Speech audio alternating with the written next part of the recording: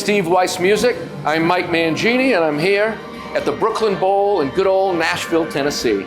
I'm here for the Pearl Drums high-end reimagined event, and I'm one of 3 drummers performing along with my very good friends, peers, and drummers I love everything that they do, Dennis Chambers and Omar Hakim. So I'm really honored to be here. I'm honored that Pearl asked me to do it, and I'm really excited to play with Corey and the Wong Notes, because I don't get a lot of opportunities to play funk and stuff like outside of the progressive music that I'm normally known for. So I'm all excited about this. I just had a ball playing with them, so that's why I'm here. What is your favorite city to perform in and why? If I have to pick a favorite city to perform in, well, I have to mention Boston because it's my hometown turf and it's a hockey town. So people in the hockey cities have just a slight different edge. So I really, really like playing there. What is the most memorable album you've played on and why? Or it could be a few. Oh. The most memorable album I've ever recorded on is the latest Dream Theater album, A View from the Top of the World. And I say that not just because it's a recent album, but because of my personal involvement in it and just being like invested in the whole thing on a kind of a different level than the other one. So I just had an absolute blast, and so that's definitely the most memorable one. Who's one drummer other than yourself that's changing music right now? Changing music, but a drummer. Yeah. For me, the kind of drumming that's kind of changing things, it might be the internet drummer that has practiced and previously not had an outlet that now has an outlet and can show the world what they do in the privacy of their own space and just kind of kill it the way they know it. And that's changing some things, I think, and providing opportunities. So I'd have to say the internet drummer. The last album you listened to just for your own enjoyment? The last album I listened to for my own enjoyment was Van Halen 1. You're not beating Alex Van Halen, the way he plays on that record and the eruption and everything. It's every part of it is. I had to hear it again, and I did 2 days ago. Amazing record. What's the coolest piece of gear on the market right now?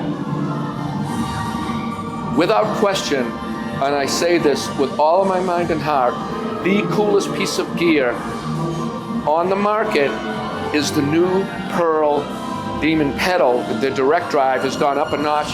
I will say this emphatically, and I'll mean it, but that is the single most important tool that my body has ever used to connect to the drums, because it's handling speeds that are normally not my thing and a little difficult to play on a certain pedal setting, and yet the pedal setting to just play hard and hit the bass drum and make it go boom, it's very difficult to attain both those settings. This pedal's allowing me to do that, and I'll say one more thing that I think is vital for people recording, that I don't have as much of a volume difference between the really fast stuff and the slow stuff that I have had my whole life. This pedal has changed the game for me, and I really let them know it, and I'm letting you know it. It's outrageous, and it's helping me.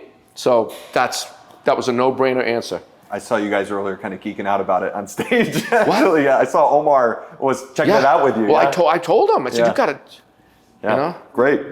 Answer this question. It might be simple, it might be challenging, but you can't leave the house without what? I can't leave my house without saying, keys, wallet, phone. Keys, wallet, phone. Cannot do it. Awesome. What are you most passionate about outside of music? Outside of music, I'm extremely passionate with the sciences and philosophy and the combining of those two. I'm working lightly on the side with a team of cognitive scientists to help me in my whole educational world and my teaching and educational materials and stuff. And also, I'm a big fan of how things work. And I'm really, really into learning new things all the time, as well as tying it into something called faith, which is a really wild thing to try to connect, but I love doing it, and it gives me a lot of hope.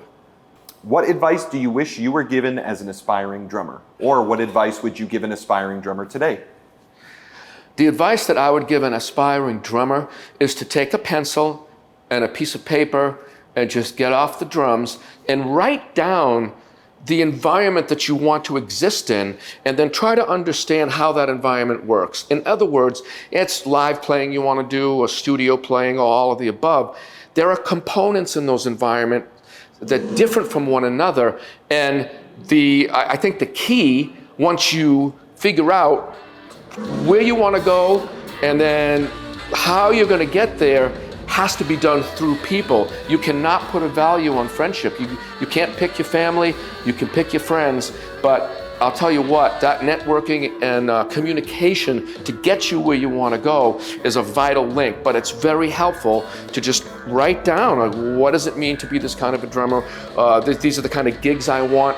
What are the gigs? How do they work? Who's in them? You got to really see things from a perspective. So my advice is get a perspective on this by taking a pencil and just writing everything down. So what if you make mistakes? You crumple it up and throw the paper away. But at least you can make make a roadmap, have sort of a direction, and then figure out who you need to get there. What is something outside of music you hope to accomplish someday? What I hope to accomplish outside of music kind of needs music to get to, which means that I hope to accomplish a feeling of hope for anybody wanting to live their life and use the gifts that they were given. But what's interesting is all the unique things that each of us can do, it seems like there are other things that we have no concept of or no clue about. And a lot of work I'm doing is connecting those two. Like, in other words, if you know something, if you know how something works, everything in existence sort of works in a very, very, very similar way. So there's a way to relate what you know to something that you don't know, and I hope to accomplish that system that puts the two together. And I'm working on it on the side with some scientists that know what they're doing. But it would be nice if I could help out with that, because I know that I always felt, wow, I can't do this thing over here, and that's okay, I'll just do this other thing. But in my heart, I wanted to do this other thing too, you know. And it's the worst thing is to have no hope, and one of the best things is to have hope, and a good system and understanding really does provide a lot of hope. And that's what I hope to do for as many people as I can through my educational systems and stuff like that. Great. Well, Mike, thank you so much for taking the time to answer these questions. We're looking forward to the performance tomorrow, and thanks again. You're welcome.